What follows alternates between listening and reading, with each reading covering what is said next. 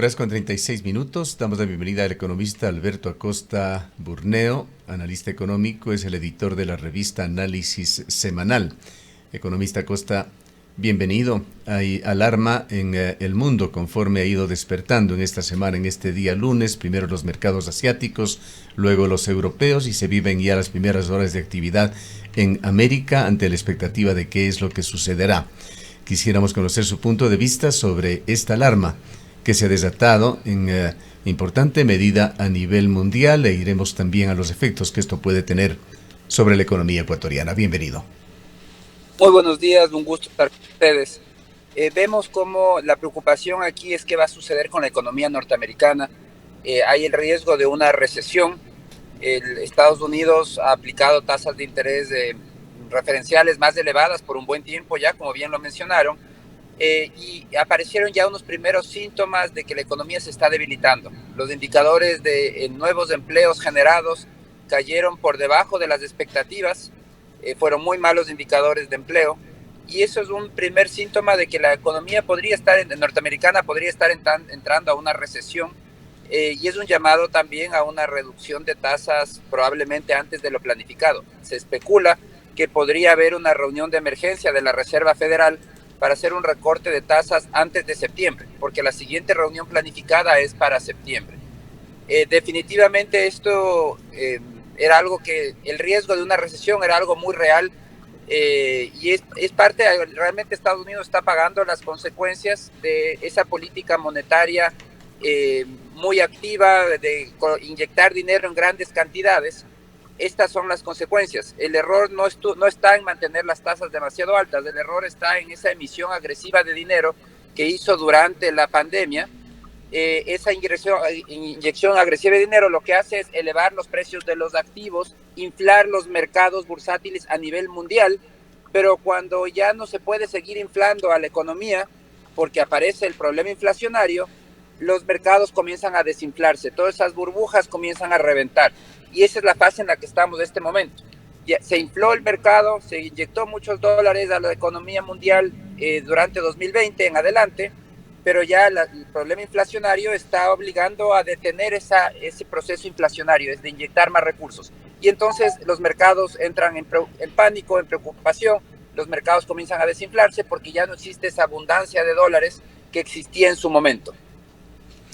Se comenta también, economista Costa, que Estados Unidos no habría actuado con sagacidad, que no tomó medidas oportunas. Usted ha señalado y ratificado que habrá una reunión urgente de la Fed, la Reserva Federal de los Estados Unidos.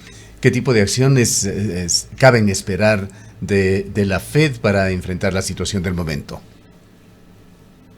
Bueno, lo más probable es que se haga un recorte de tasas incluso antes de lo esperado y en una magnitud mayor, porque inicialmente se decía, bueno, tal vez en la reunión de septiembre se recorte 0.25 de tasa de interés. Ahora ya se habla de que el recorte puede ser un poco más profundo, 0.5, es decir, ya no 0.25 sino 0.50, es decir, un recorte un poco más profundo, un poco más rápido. Eso es lo más probable que suceda. Y aquí, como digo, hay que estar muy claros. El origen del problema estuvo en esa política de imprimir billetes agresivamente. Esto termina siempre provocando un ciclo de expansión y de contracción cuando se explota el ciclo, porque no se puede seguir inyectando billetes e imprimiendo billetes indefinidamente. Eventualmente termina un problema inflacionario y eso produce este reviente de esta burbuja o de esta expansión artificial que termina siempre resultando en un proceso de una recesión como la que probablemente está entrando Estados Unidos pronto. Economista, muy buenos días. ¿Cuáles son los efectos de una posible recesión en la economía mundial? Pues vemos que ante esta amenaza de recesión en Estados Unidos ya las bolsas se empezaron a tambalear, y ha habido otros efectos ya que se ha producido en algunas economías de otros países. ¿Qué efecto tiene? Por ahí leíamos que sea que cuando se resfría Estados Unidos, pues el mundo se constipa.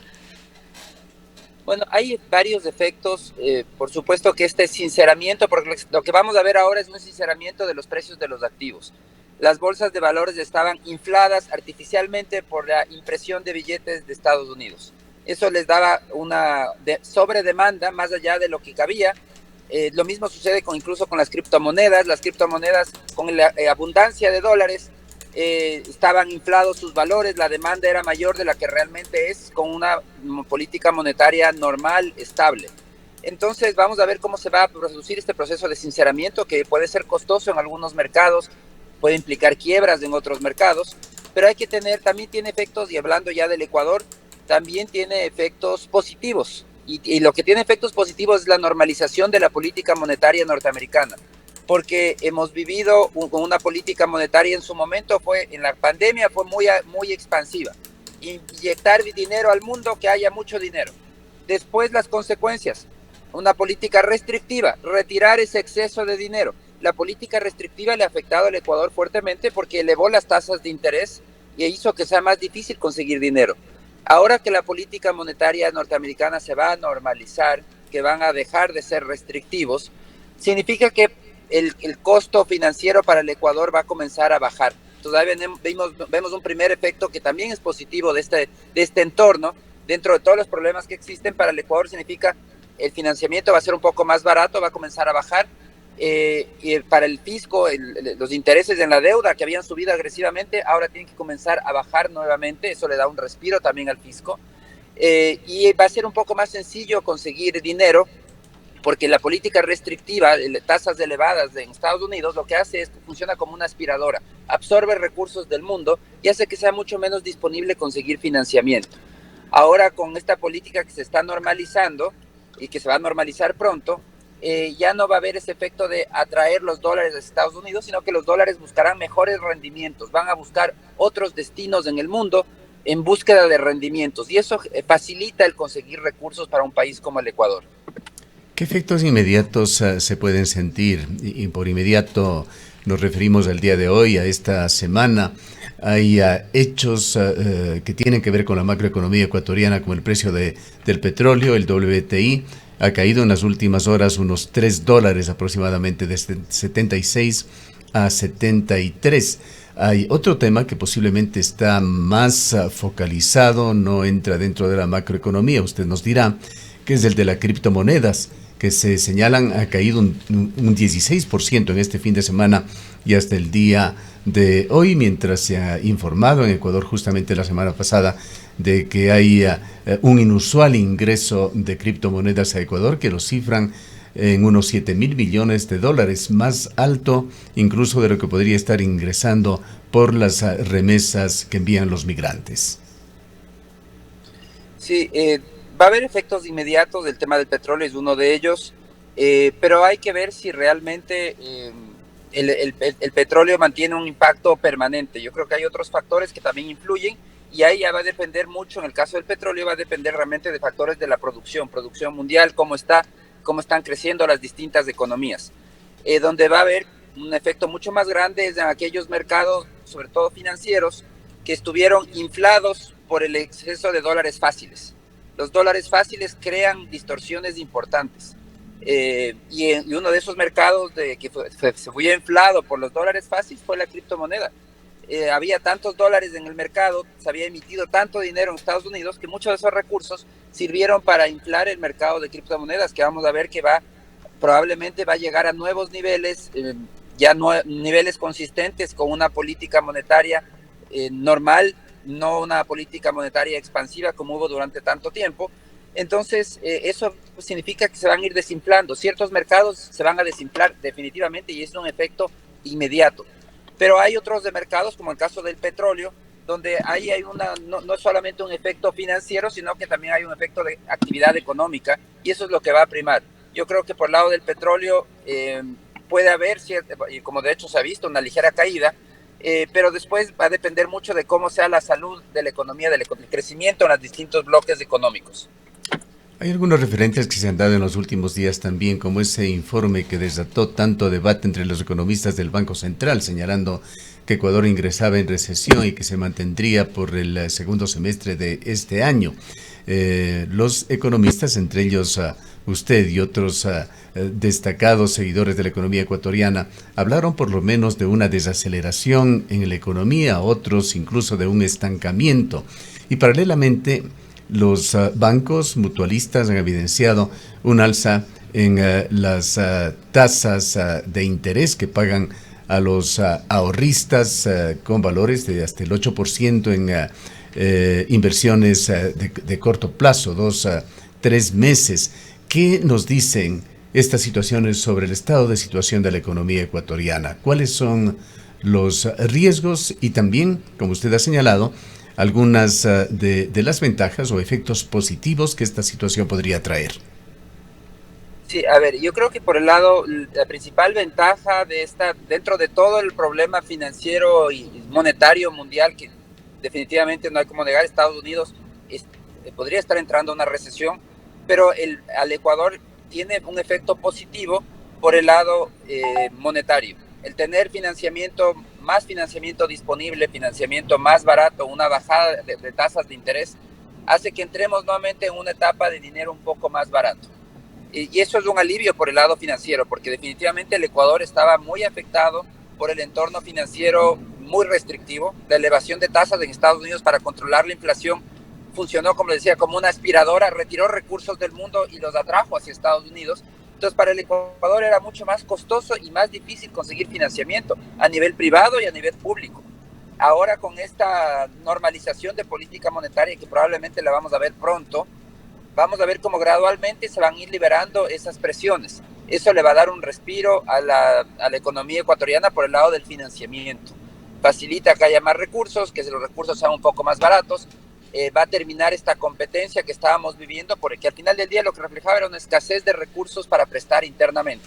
Y por eso había esa competencia a nivel del sistema financiero de pagar cada vez tasas más altas para poder captar ahorro, para incentivar al ahorro, porque no había suficiente ahorro para prestar. Esa tendencia al alza de tasas, vamos a ver cómo probablemente termine pronto. De hecho, ya la tasa activa referencial de agosto refleja una ligera caída. Entonces ya vemos que hay el mercado interno también está cambiando. Probablemente ya está, porque tuvimos desde junio de 2022, un incremento persistente de tasas de interés. Esa era la realidad del mercado doméstico, un mercado financiero cada vez más restrictivo. Pero ya en agosto de este año, por primera vez, se registró una caída ligera en la tasa activa referencial. Eso significa también que el entorno financiero podría estar cambiando, y con lo que suceda en Estados Unidos y la eventual reducción de tasas que se va a anticipar y que probablemente sea más fuerte de lo que se había pensado, eso le va a dar un respiro también al mercado financiero local. Va a abaratar y va a hacer que sea un poco más disponible el ahorro, y eso significa que se pueda a su vez prestar en condiciones más ventajosas. Usted señala que Ecuador se beneficiaría con el acceso a créditos más económicos, a dinero más barato, pero ¿cómo se compatibiliza esto con lo que sucedió la semana pasada, cuando el riesgo país de Ecuador subió ligeramente? Bueno, hay que estar claros que el riesgo país es un riesgo del gobierno. Entonces, claro, para el tema fiscal, para que el fisco pueda acceder a financiamiento en el mercado de capitales, todavía tiene que reducirse el riesgo país significativamente. Pero a nivel privado el riesgo es mucho más bajo. Aquí el más riesgoso es del gobierno en el Ecuador. A nivel privado se consigue financiamiento mucho más barato que lo que podría conseguir el fisco en estas circunstancias. Porque el riesgo país es un riesgo de no pago del gobierno, no es un riesgo del país. Aunque se llame riesgo país, no es el riesgo del Ecuador, es el riesgo del gobierno en sus deudas, de no pagar sus deudas. Entonces, para que el fisco pueda retornar al mercado de capitales del próximo año, como es el programa, tiene definitivamente que tener una reducción importante en el riesgo país. Caso contrario, no va a poder acceder a financiamiento. Por el lado privado, en cambio, el acceso es mucho más barato, y esta reducción eventual de tasas internacionales va a ayudar a que sea para que se reduzca ese costo del financiamiento. Aquí el problema es que la Asamblea, con esos absurdos que no hay explicación, creó en la ley tributaria reciente, introdujo una eliminación, perdón, no es de la ley tributaria, en la ley eléctrica, el correísmo introdujo una eliminación de la exención de ISD para el dinero que traiga la banca privada. Entonces, por un año, si la banca privada se le ocurre traer dinero del exterior, se le castiga con un recargo del 5%. En un entorno donde es un entorno financiero restrictivo, es un absurdo castigar traer recursos del exterior. Pero la política muchas veces no tiene mucha consideración del tema técnico-económico. Ahora, economista, también se habla de una caída en los precios del petróleo. ¿Esto a qué se debe? Y de igual manera esto sí tiene otro tipo de impacto en la economía ecuatoriana. Bueno, es que los mercados de este momento están ajustando sus niveles a incorporando dentro de los precios esta expectativa de normalización de la política monetaria norteamericana. Entonces, el incorporar que puede ser que entre a una recesión en Estados Unidos tiene un efecto definitivo en los precios del petróleo. Pero como digo, esto de aquí puede ser un ajuste inicial. El precio del petróleo dependerá realmente de factores de la demanda, a ver cómo evoluciona la demanda, y de eso dependerá qué pase a futuro con el precio del petróleo. Y la demanda, evidentemente, no es solo de Estados Unidos, es de todo el mundo. Entonces, es muy pronto para decir si esto va a implicar una caída permanente en el precio del petróleo y de qué magnitud va a ser. Eso habría que revisarlo dependiendo de cómo evolucione la demanda. Lo que sí, gradualmente estamos viendo en este momento, lo que está haciendo el mercado es incorporando en sus previsiones el que potencialmente Estados Unidos podría estar entrando a una recesión. Pero eso es un tema variable, hay que ver de qué magnitud es esa recesión, si realmente entra, hay que ver cómo reacciona la Reserva Federal. La Reserva Federal va a reducir tasas y depende también de qué magnitud la recorte para ver si es que puede suavizar esa recesión y que no sea demasiado profunda. Hablando de factores endógenos, economista Acosta, ¿cómo vio usted qué efectos puede también traer sobre la economía la decisión de la Corte Constitucional de declarar inconstitucional el conflicto armado interno? Todavía no vislumbramos con qué consecuencias. Por otra parte, la crisis energética que se afirma se presentará en el mes de septiembre y en la contraparte las medidas que el gobierno ha tomado al respecto. Bueno, existen algunos desafíos importantes a nivel interno. Definitivamente el tema de la inseguridad sigue teniendo un costo gigantesco y la guerra contra la inseguridad también. Vemos que el sector turístico, el alojamiento, restaurantes, las actividades nocturnas, etcétera, de entretenimiento, todo eso está muy afectado por la inseguridad. Y en general la inversión a todo nivel, pequeñas tiendas de barrio, etcétera. Entonces la inseguridad es un desafío todavía importante. A eso se suma el tema eléctrico, el potencial de que existan apagones. Por eso es tan importante esa medida de la barcaza que está en camino, porque hay que tomar medidas emergentes. No son las soluciones definitivas, son simplemente poner parches que son necesarios, que hay que hacerlo hasta que se logre construir soluciones definitivas. Entonces esperemos que con ese tipo de medidas que se tomen se logre evitar una crisis energética cuando vuelva el estiaje. Y hay un tercer tema que es crítico y es el cierre del Yasuní-TT, el cuarto bloque petrolero del Ecuador, que se tiene que cerrar en agosto por orden de los ciudadanos de una consulta popular. El cierre de ese bloque va a tener un impacto gigantesco en la economía. Estamos hablando, el Banco Central ya ha hecho sus estimados. Estamos hablando que se destruirían alrededor de 30.000 empleos adecuados.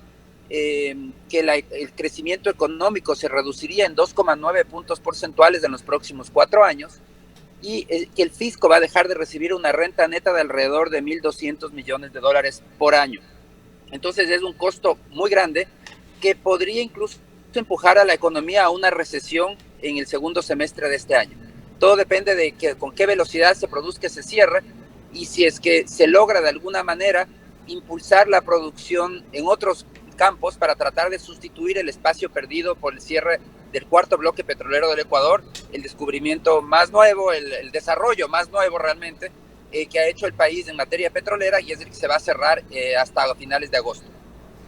Para finalizar, economista Acosta, y volviendo a esta situación de alarma que hay en el mundo el día de hoy, en este lunes, que ya lo califican algunas publicaciones como un lunes negro, ¿cuál es la situación del entorno mundial? ¿Cuál la proyección en lo que resta de este año?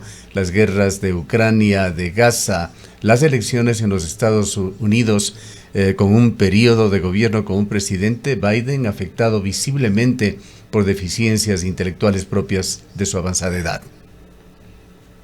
Sí, bueno, la previsión es de una economía mundial que siga creciendo, que siga recuperándose. No es un crecimiento rápido.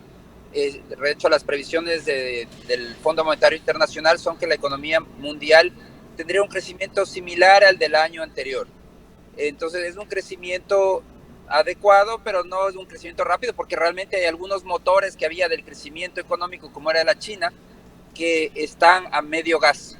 China no está creciendo como crecía en años anteriores. China era ese gran demandante de materias primas, de insumos, de servicios, porque tenía una economía que estaba en ebullición. Eso ha quedado atrás. China está atravesando, y yo creo que el problema realmente más preocupante a nivel mundial es qué pase con China y cómo logra relanzar su modelo económico, porque era un modelo económico basado en muchísima inversión, pero pensado en producir para el mundo.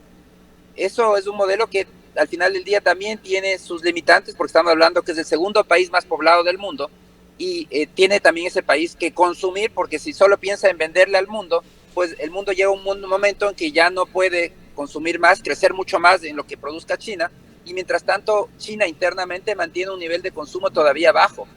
Entonces China va a tener que buscar cómo relanzar su crecimiento económico, cómo abrir la puerta a que haya un mayor consumo de sus propios ciudadanos. Esto significa también cambiar su modelo para que los ciudadanos tengan un mayor poder adquisitivo, puedan consumir parte de lo que producen y ya no sea solamente el mundo el que consume y que todo el crecimiento depende de cuánto pueda seguir elevando el consumo de productos chinos en el mundo. Y en cuanto al crecimiento previsible de la economía de Ecuador. Para este año la previsión oficial yo creo que es demasiado optimista, habla de un crecimiento de un 1%, el Fondo Monetario Internacional habla de 0,1, es decir, que prácticamente no habría crecimiento. Yo creo que esa puede ser la realidad y como digo, el gran interrogante en este momento es qué tan rápido se cierra el Yasuní T, porque podríamos incluso tener una contracción económica en el segundo semestre y como resultado que a final del año la economía termine contrayéndose por el cierre de ese bloque. Entonces todo dependerá de cómo termine siendo ese proceso de cierre, si va a ser muy rápido o si se lo va a hacer gradualmente, y si se lo hace muy rápido podríamos tener, como digo, una contracción económica. En definitiva, el crecimiento económico de este año del Ecuador va a ser un crecimiento bastante lento, y el desafío es acelerar ese crecimiento a futuro, porque el crecimiento que estamos teniendo en este momento es insuficiente para generar empleo en la cantidad que se requiere. Bien, muchísimas gracias por habernos acompañado, economista Acosta. Muchísimas gracias, siempre es un gusto.